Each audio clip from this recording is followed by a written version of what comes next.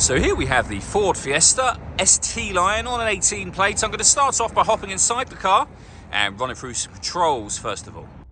Okay, now that we're inside the car, we're going to start with the dials. On the left-hand side, we have the rev counter. The speedometer is on the right-hand side. Then we have the fuel gauge and coolant temperature gauge in the centre at the bottom. And the trip computer above that, which includes the total miles for this car. They are 27,833.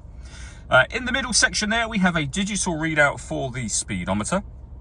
You can change that information by using buttons on the steering wheel. For example, we have the trip computer, vehicle settings, your telephone, audio menu as well, satellite navigation, and then back around to the beginning again. If we back out to the steering wheel, the buttons I was using are just here. Beneath that, we have stereo and phone controls. Stereo controls continue on the left, along with cruise control and speed limiter. Once you set cruise control, you can hit this button here. This car is able to maintain its own distance between itself and the car in front, both speeding up and slowing down automatically, depending on the car in front's speed. And then over in the center, we have the main screen for the car. So this is where, amongst other things, search for your vehicle on your device and select it once it is found. You can pair your phone. Just follow the instructions on screen. We've also got a satellite navigation here. We've done a video showing how the sat-nav works, which you can find on our website and YouTube channel.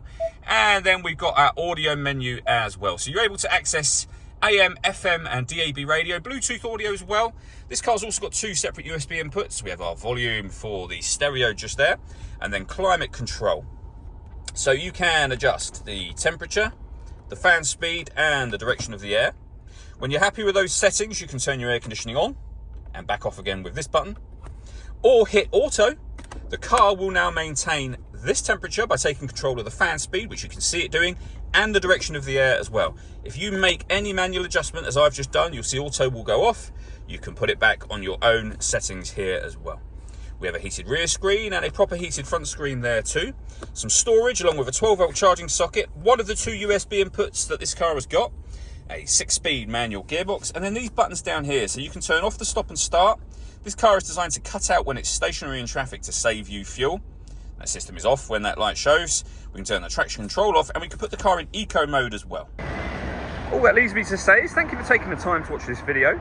If you'd like to come and see this ULEZ compliant car and have a test drive, please feel free to call either of our MJA sites. We'd love to hear from you soon.